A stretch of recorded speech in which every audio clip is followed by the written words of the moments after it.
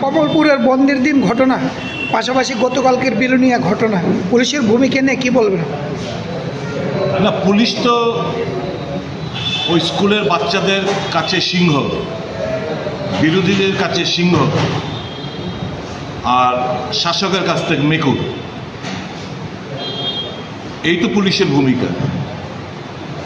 যখন বাচ্চা, নিরীহ সিটিজেন, জনসাধারণ কিংবা বিরোধী দলের কোনো ভূমিকা নিয়ে তারা সিংহর মতো গর্জন করে, আর শাসক গোষ্ঠী কিংবা তাদের অ্যালায়েন্স পার্টনার তারার সম্মুখীন যখন হয়, তখন তারা মেকুর থেকেও অধম হয়ে যায়। কি বলবো আর, করোনা হয়, তাকিয়ে থাকবো, প্রত্যাশা রাখবো পুলিশ স্বমহিমায় খুব শীঘ্রই ফিরে আসবে, আইনের শাসন প্রতিষ্ঠিত করবে রাজ্যে, মানুষকে কিছুটা হলেও মানে একটা মুক্তির বাতাবরণ কিংবা আপনি বলেন একটা আইন শৃঙ্খলা স্বাভাবিক রেখে একটা গণতন্ত্রের বাতাবরণ ফিরিয়ে আনবে পুলিশ।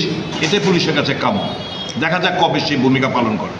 একজনের নাগরিকত্ব নিয়ে সোশ্যাল মিডিয়ায় খুব ভাইরাল হচ্ছে, উনি নাকি বাংলাদেশের নাগরিক, এরকম একটা আই কার্ড খুব ভাইরাল হয়েছে। এই ব্যাপারে সেই যদি পুলিশ এখন এটা তদন্ত ক্রমে বেরিয়ে আসা উচিত, আসল কি না নকল কি আসে বিষয় সবটাই এটা তদন্ত ক্রমে এটা প্রত্যেকটি জনসাধারণের জানা উচিত।